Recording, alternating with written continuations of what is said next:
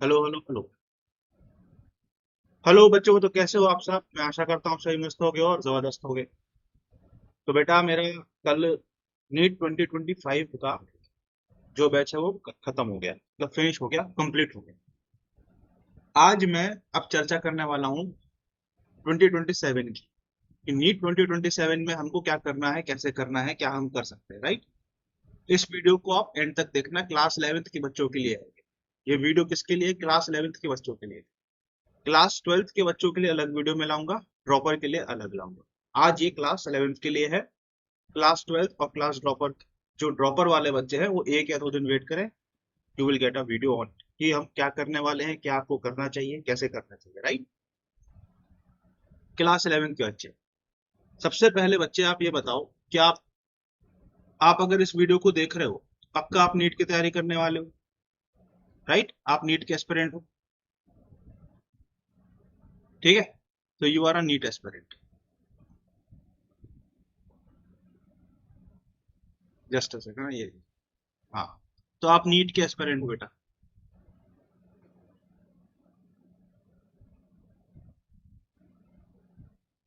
2027, right.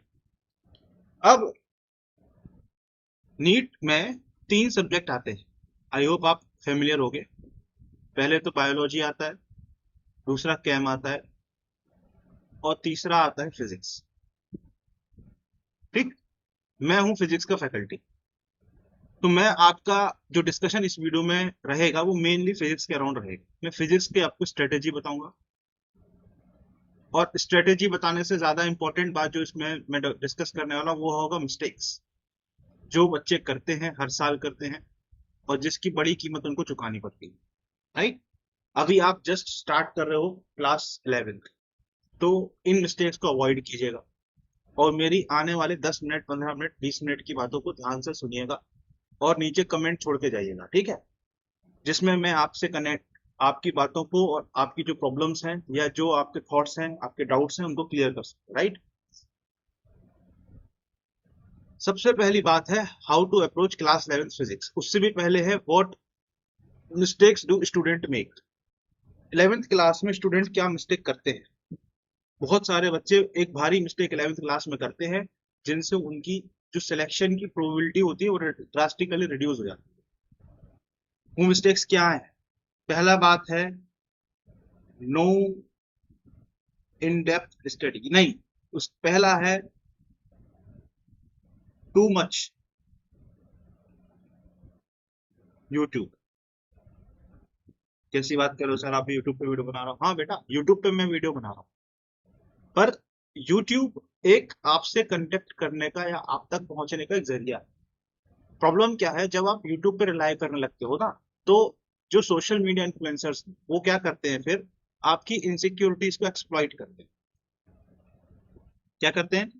आपकी insecurity को exploit करते हैं, जिससे कि वो अपना प्रोडक्ट खरीद सकें, और आप उस चक्कर में, है ना, कैसे करें कैसे नहीं करें, हम कैसे पढ़ें कैसे नहीं पढ़ें, ये कैसे करें वो कैसे करें, या ओवर मोटिवेशन के चक्कर में या ओवर कॉन्फिडेंट होने के चक्कर में आप क्या करते हो, अपने समय को वेस्ट कर देते हो, और जहां पर आपको रियल इनपुट देना चाहिए आप वहां पे रियल इनपुट नहीं देते। इतने बच्चे मुझे कांटेक्ट करते हैं, मैं दिखा नहीं सकता आपको मैसेजेस, प्राइवेसी इशू के बारे में। कुछ बच्चे जो मेरे पिछले बैचेस के बच्चे हैं, अगर वो इस वीडियो को देखें तो नीचे कमेंट करके जरूर बताएं कि मैं जो बात बोल रहा हूँ सही बोल रहा हूँ कि नहीं। ऐसे बच्चे मेरे पास आए हैं जिनके बेसिक्स एकदम खत्म थे।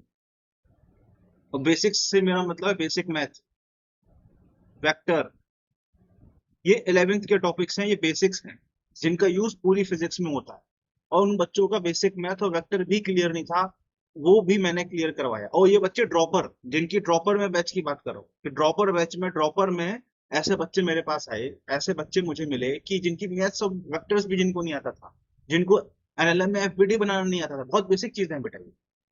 ये क्यों है? क्योंकि आप सीरियस कंटेंट नहीं पढ़ते, आप सीरियस जगह पर एक जगह कंसंट्रेट होकर नहीं पढ़ते, आप भटकाव में रह जाते हो। आप 10 जगह पे ये भी कर लूं, ये भी कर लूं, ये भी कर लूं, नहीं बेटा। आपको क्वालिटी कंटेंट पढ़ना ही पड़ेगा, क्वालिटी स्टडी करनी ही पड़ेगी अगर आप सिलेक्शन चाहते हैं तो, और उससे भी इंपॉर्टेंट रैंक चाहते हैं तो, क्योंकि अच्छा कॉलेज रैंक से मिलता है बेटा। जब तक आप क्लास 10th में रहते हो ना बेटा, तब तक क्या होता है, आप मार्क्स पे फोकस करते हो कि इतने नंबर आ गए, कुछ भी आ गया, एक्स वाई जेड मार्क्स आ गए, हो गया। अब टेंथ में क्या होता है, बहुत सारे लोगों के सेम मार्क्स आ सकते हैं, है ना, सभी के सेम मार्क्स आ सकते हैं, एक से अधिक लोगों की रैंक वन आ सकती है। बट कंपटीशन में क्या होता है, कंपटीशन में क्या होता है, कंपटीशन में बेटा रैंक मैटर करती है, और रैंक आती है क्वालिटी से। ठीक है, इधर उधर भटकते रहोगे उससे रैंक नहीं आएगी, और रैंक नहीं आएगी तो आपको मनपसंद कॉलेज नहीं मिलेगा। आपका जो एम्स होता है, सबसे बेस्ट जो कॉलेजेस हैं एम्स, मेडिकल में एम्स दिल्ली, वो आपको रैंक से मिलता है बेटा, ये आपको समझना पड़ेगा। ठीक है, तो सिलेक्शन का मतलब रैंक होता है। ठीक है, आपको बहुत सारे इन्फ्लुएंसर्स झूठ बोलेंगे आपसे कि सिलेक्शन का मतलब 300-400 नंबर नहीं। मैं कभी नहीं बोलता ये बात, सिलेक्शन का मतलब रैंक। ठीक है, 300 नंबर में कोई सिलेक्शन नहीं होता है, सिलेक्शन का मतलब होता है रैंक। ठीक है, रैंक मतलब 1000, 2000, 3000, 4000, 5000, 6000 रैंक आपको लानी पड़ेगी, जिससे आपको सिलेक्शन, आपको सीट मिलेगी। ठीक है, और रैंक लाने की आपको, आपके लिए क्वालिटी स्टडी, क्वालिटी कंटेंट आपको पढ़ना पड़ेगा, डिसिप्लिन मैनर में पढ़ना पड़ेगा, राइट। दूसरा मिस्टेक बेटा, इनकंसिस्टेंसी। बच्चे क्या करते हैं, कहीं पे बैच ज्वाइन किया, 2 दिन क्लास की, फिर 3 दिन नहीं की, फिर 4 दिन क्लास की, फिर 2 दिन नहीं की। इससे क्या होता है बेटा, बैकलॉग क्रिएट होता है। क्या होता है, बैकलॉग क्रिएट होता है।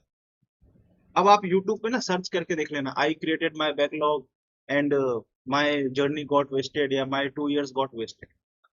बेटा रियलिटी ये है कि बैकलॉग एक बार क्रिएट हो जाए ना, तो इसको क्लियर करना बहुत ही डिफिकल्ट होता है, बहुत डिफिकल्ट। मैं ये नहीं कह रहा इम्पॉसिबल है, मैंने कई बच्चों को करवाया है, इस साल भी करवाया। ठीक है, but it is a difficult process, it requires a lot of input from a student side as well as from teacher side. और बहुत सारे बच्चे ऐसे होते हैं, इनफैक्ट मेजोरिटी बच्चे ऐसे होते हैं जिनका बैकलॉग कभी क्रिएट नहीं होता।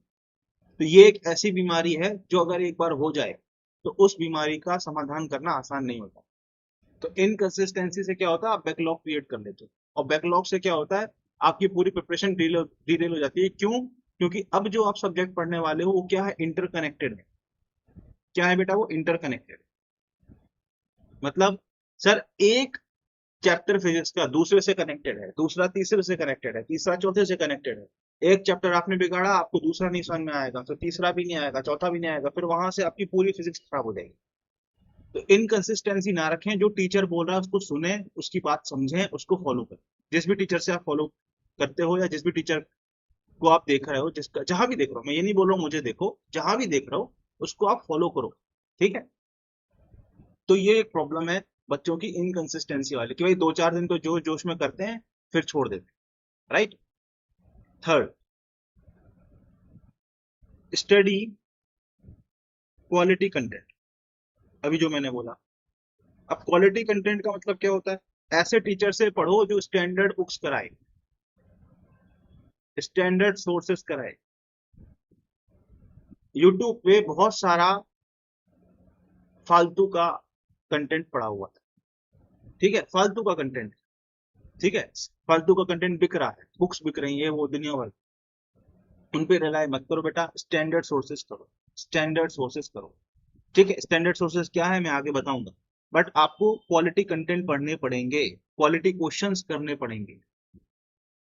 ठीक है, क्वालिटी क्वेश्चंस आपको करने पड़ेंगे, क्वालिटी थ्योरी आपको पढ़नी पड़ेगी, और आपको मल्टीपल टाइम उसका फिर रिवीजन भी करना पड़ेगा। बहुत सारे बच्चों ने क्वालिटी कंटेंट पढ़ा ही नहीं होता, मतलब मेरे पास ऐसे बच्चे भी आए हैं जो ड्रॉपर हैं, और मैं उनसे बोलता हूँ ये ऐसा सवाल देखा है, बोलता हमने देखा ही नहीं, जबकि वो सवाल है बुक्स में, पर उन्होंने जहां से पढ़ा वो इन्फ्लुएंसर था, और इन्फ्लुएंसर जो है कुछ भी थोड़ा बहुत पढ़ा के आगे बढ़ जाता है। क्वालिटी कंटेंट आपको पढ़ना पड़ेगा बेटा। बहुत सारी जगहों पे मालूम क्या होता है, पहला जो चैप्टर होता है यूनिट डायमेंशन, जो कि सबसे इजी चैप्टर माना जाता है फिजिक्स का, उसी को भाई साहब 2 महीने खींचते हैं। और एक्चुअल फिजिक्स जहां से चालू होती है एनएलएम से, वहां से लेके थर्मो तक 11वीं में क्या करते हैं, फिर स्पीड में पढ़ा देते हैं। तो बच्चे को यहाँ जो एक्चुअल फिजिक्स, जो वहां पे जहां से एक्चुअल में समझने वाली चीजें हैं, वहां पे बच्चा क्या हो जाता है, फिर डिरेल हो जाता है। तो क्वालिटी कंटेंट नहीं पढ़ोगे, क्वालिटी जगह से नहीं पढ़ोगे बेटा, मेहनत नहीं करोगे, इसमें क्या लगती है, मेहनत लगती है बेटा क्वालिटी कंटेंट पढ़ने में, बच्चे की भी और टीचर की भी। वो मेहनत से अगर बचोगे तो इवेंचुअली आपको उसको उसका आपको कीमत चुकानी पड़ेगी बेटा। तो इस बात को आप समझें कि भाई क्वालिटी कंटेंट पढ़ना आवश्यक है, आवश्यक है। ये मैं बार बार बोलता हूँ, सारे बच्चों से बोलता हूँ, इस साल में बोला। ठीक है। लास्ट नेक्स्ट पॉइंट ये है इसमें, यू सोशल मीडिया।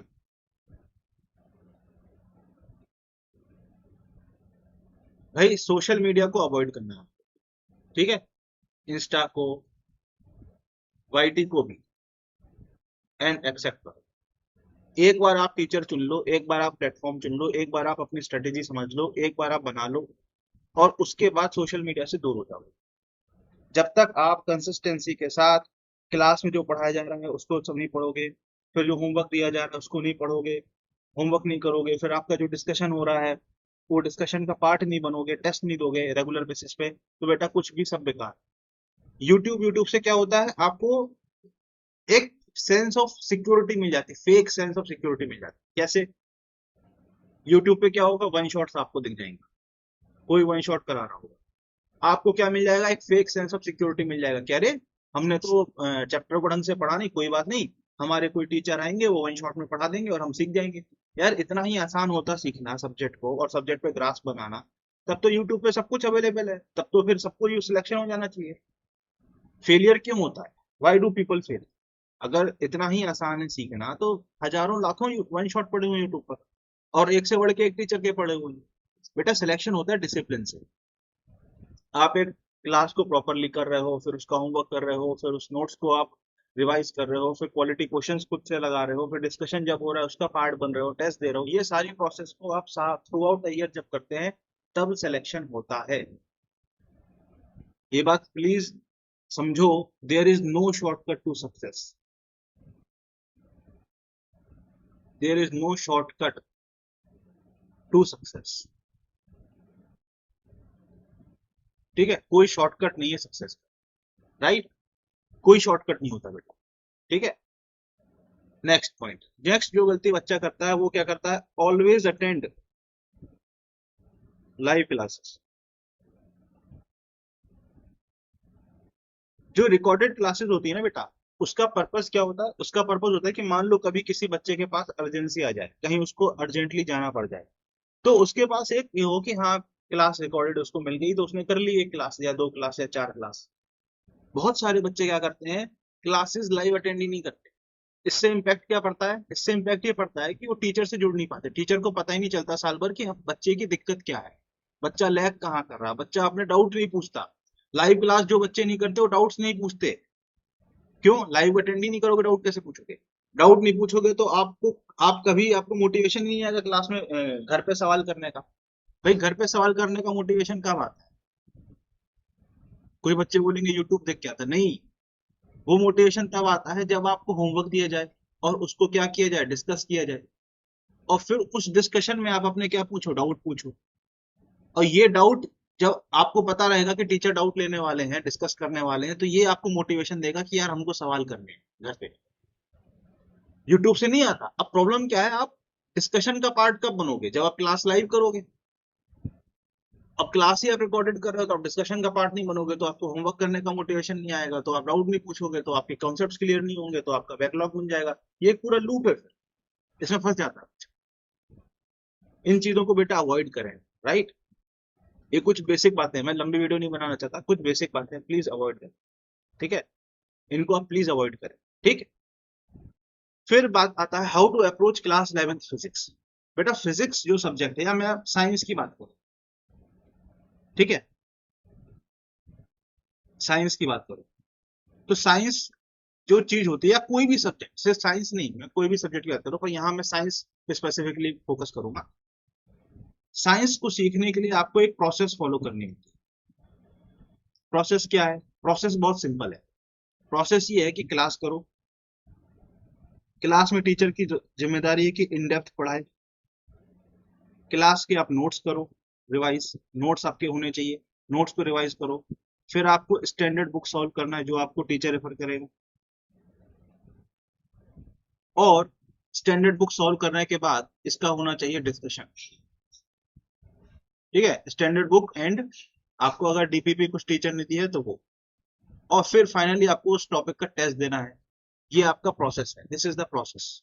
यस, बच्चे ये फॉलो नहीं करते। क्लास 11th में अब आप अगर शुरू कर रहे हैं तो प्लीज इस बात को समझिए कि किसी भी चीज में महारत पाने के लिए एक प्रोसेस होता है। कोई भी चीज हो बेटा, you have to follow the process, you have to follow that routine. और ये एक बार नहीं, ऐसा नहीं पहले चैप्टर में किया हो गया, इसको आपको थ्रू आउट करना पड़ेगा। आप सर्च करके देखिए यूट्यूब में, डालना यूट्यूब में आई वेस्टेड माई क्लास 11th, है ना, या I wasted my class 12th and ruined my NEET exam. आपको ढेरों वीडियो बनेंगी और वहां पे आप जब ध्यान से सुनोगे ना तो बच्चे यही बोल रहे होंगे कि मैंने प्रोसेस फॉलो नहीं की, मैं शुरू में तो कंसिस्टेंट था, फिर मैं डिरेल हो गया, मैंने बुक सॉल्व नहीं की, मैंने डीपीपी सॉल्व नहीं की, मैं डिस्कशन में नहीं गया। And this is the reason why people fail in the exam. ठीक है, तो आपको अप्रोच कैसे करना है बेटा, एक प्रोसेस है, एक सिस्टम है, उसको आपको फॉलो करना पड़ेगा। ठीक है, you have to be a part of the system. आप अगर ये सोचोगे कि मैं इधर उधर घूमता रहूंगा और एक दिन जादू हो जाएगा, देयर इज नो मैजिक। ठीक है, देयर इज नो मैजिक। ठीक है, देयर इज नो मैजिक। कोई मैजिक नहीं होता बेटा। मेरे पास ढेरों मैसेज आते हैं, सर 2 महीने में मैथ फिजिक्स हो सकती है क्या, 3 महीने में हो सकती है क्या, सर कुछ इंपॉर्टेंट बता दो नीट के पहले, सर 15 दिन में कुछ करा दो। बेटा 15 दिन में इतना आसान होता तब तो फिर सब कर लेते।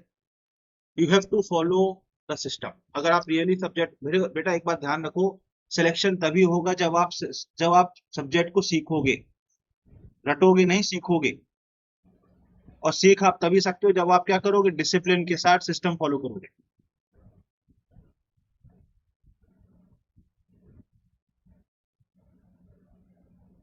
जब आप ये काम करोगे तभी बेटा सीखोगे, और जब सीखोगे तभी आपका एग्जाम क्रैक होगा। This is a competitive exam बेटा।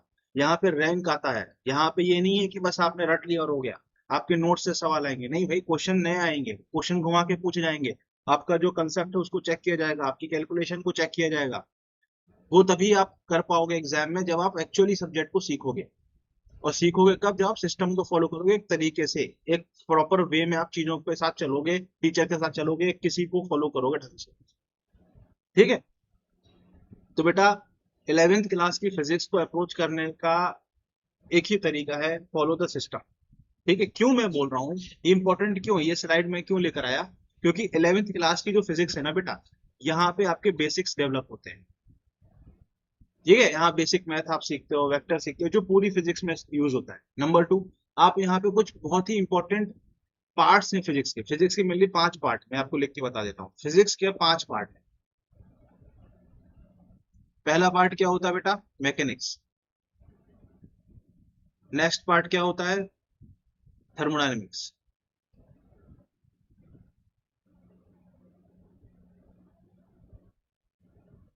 ठीक है, अगला क्या होता है, वेव्स। नेक्स्ट पार्ट होता है इलेक्ट्रिसिटी एंड मैग्नेटिज्म।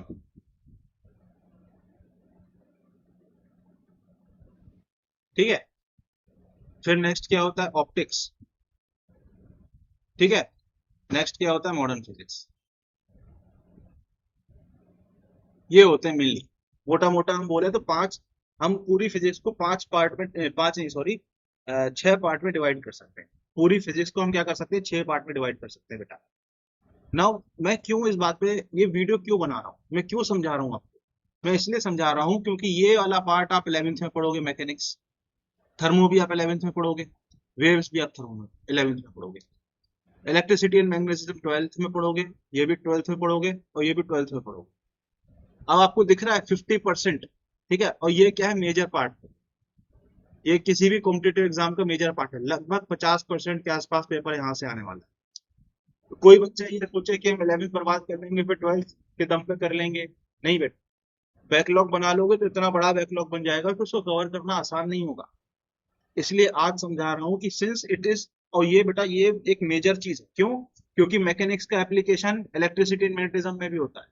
जब आप थर्मो का एप्लीकेशन इलेक्ट्रिसिटी एंड मैग्नेटिज्म में भी होगा, मैकेनिक्स का एप्लीकेशन मिक्स करके ऑप्टिक्स में भी आता है।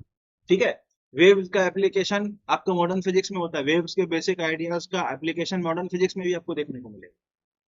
तो अगर यहाँ से आपका कंसेप्ट वीक हो जाएगा ना, तो फिर उसको कवर करने में बहुत एफर्ट लगता है, बहुत टाइम लगता है, बहुत एक्स्ट्रा ऑर्डिनरी एफर्ट मारना पड़ता है टीचर को भी और स्टूडेंट को भी। 11th में इस समय पे आप जब पढ़ने जाओगे तो आपको धीरे धीरे टीचर पढ़ाएगा, एक एक लेवल पे, एक एक स्टेप पे टीचर उठाएगा, आराम आराम से चीजों को पढ़ाएगा। और फिर बैकलॉग बना लोगे तो फिर कोई ऑप्शन नहीं होगा तेजी से पढ़ने का। और फिर वहां पे क्या होगा, आपको चीजें समझ में कम आएंगी, आपको कॉन्फिडेंस गिरता है बच्चों का, फिर बच्चे सब्जेक्ट से ही डरने लगते हैं। बिलीव मी, फिजिक्स एक ऐसा सब्जेक्ट है जो कि मोस्ट रिवार्डिंग है। क्यों? क्योंकि इस सब्जेक्ट में आपको रटना नहीं है, मिनिमम रटना है, मिनिमम रटना। इसमें रट्टाफिकेशन है नहीं। अगर आप बस क्लास ढंग से अटेंड कर रहे हो ना और बस होमवर्क करते जा रहे हो, तो आपको इसमें रटना नहीं है। तो बाकी सब्जेक्ट में क्या होता है, आपको बहुत बार रिपीटेटिवली रटना पड़ता है, चीजों को आप भूलते हो, आपको बार बार रट्टाफिकेशन करना होता है, नोट्स बनाने होते हैं, शॉर्ट नोट्स बनाने होते हैं। यहाँ कुछ नहीं, यहाँ क्लास ढंग से कर लो, होमवर्क जितना टीचर ने दिया उतना कर लो, दैट्स इट, खत्म। Believe me, this subject is most rewarding. ठीक है? बाकी सब्जेक्ट से कम एफर्ट में, कम इनपुट में इस सब्जेक्ट में आप ज्यादा खींच सकते हो नंबर, ये सच्चाई है। ये लोग बोलते नहीं है, बट ये सच्चाई है। अगर आप अपनी प्रिपरेशन को बर्बाद ना करो, अगर आप अपने सब्जेक्ट को बर्बाद ना करो, तो ये सब्जेक्ट आपको सबसे अधिक बेनिफिट ला के दे सकता है, और देता है, और देगा, देगा। ठीक है? तो इस बात को ध्यान रखना बेटा। अब रिसोर्सेज टू फॉलो, मैंने बोला ना स्टैंडर्ड रिसोर्सेज से पढ़ना है। ठीक? अब स्टैंडर्ड रिसोर्सेज क्या है बेटा? सबसे पहला रिसोर्स जो आपको फॉलो करना, अगर आप मुझे फॉलो करोगे तो, वो है नीट की सिंगेज।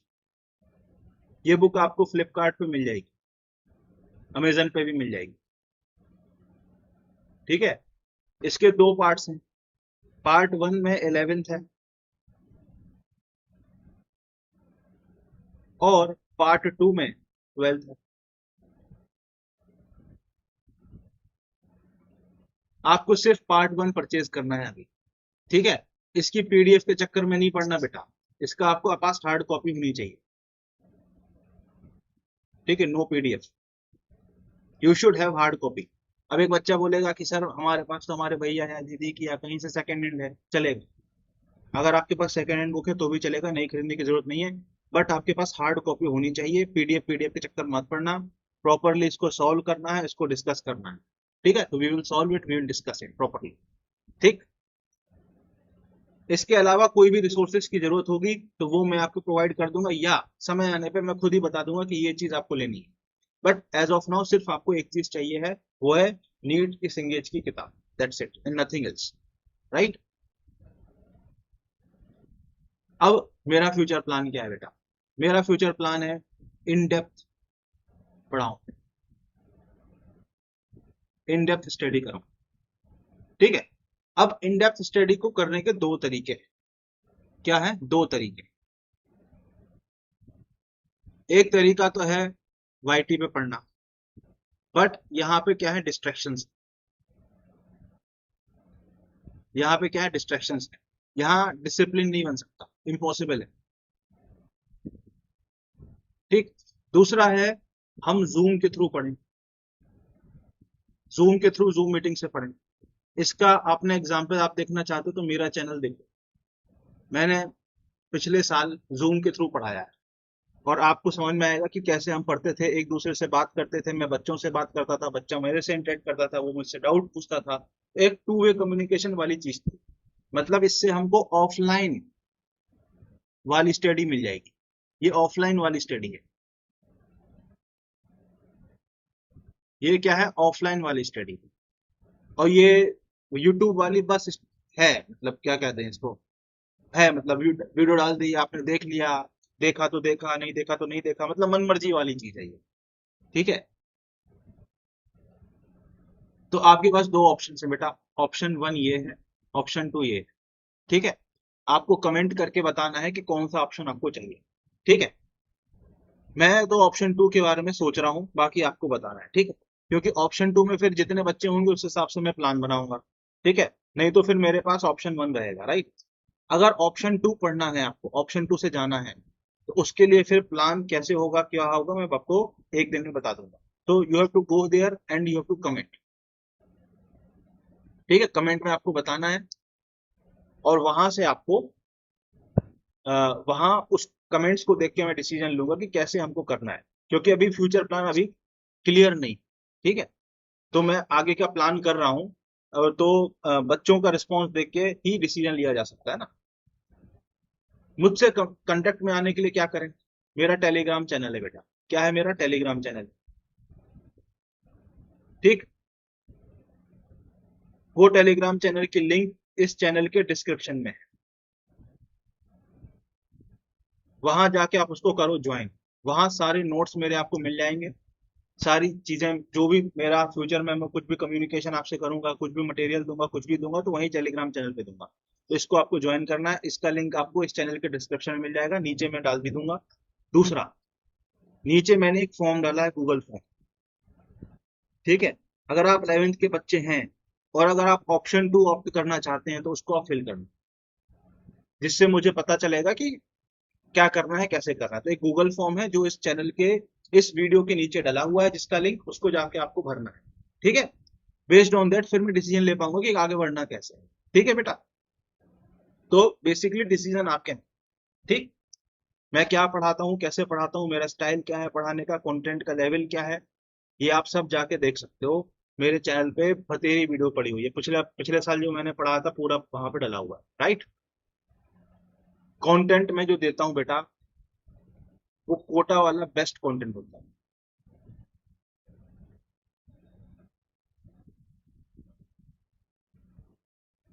ये मेरा मोटो है। ठीक है, और इसका प्रूफ आपको चाहिए है तो मेरे टेलीग्राम चैनल पे चले जाओ, वहां पे मेरे नोट्स आपको मिल जाएंगे।